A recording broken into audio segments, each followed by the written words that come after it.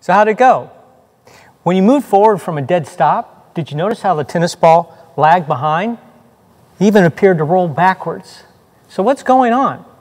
Well, Newton's first two laws of motion, dealing with inertia, forces, and accelerations, help explain what's happening. So the tennis ball has mass, right? So it has inertia. So if it's not supported by something behind it or strapped down to the book, then as the book accelerates forward, its inertia makes it lag behind and it appears to roll backwards. Well, the same thing happens to your head and your torso in a rear-end crash.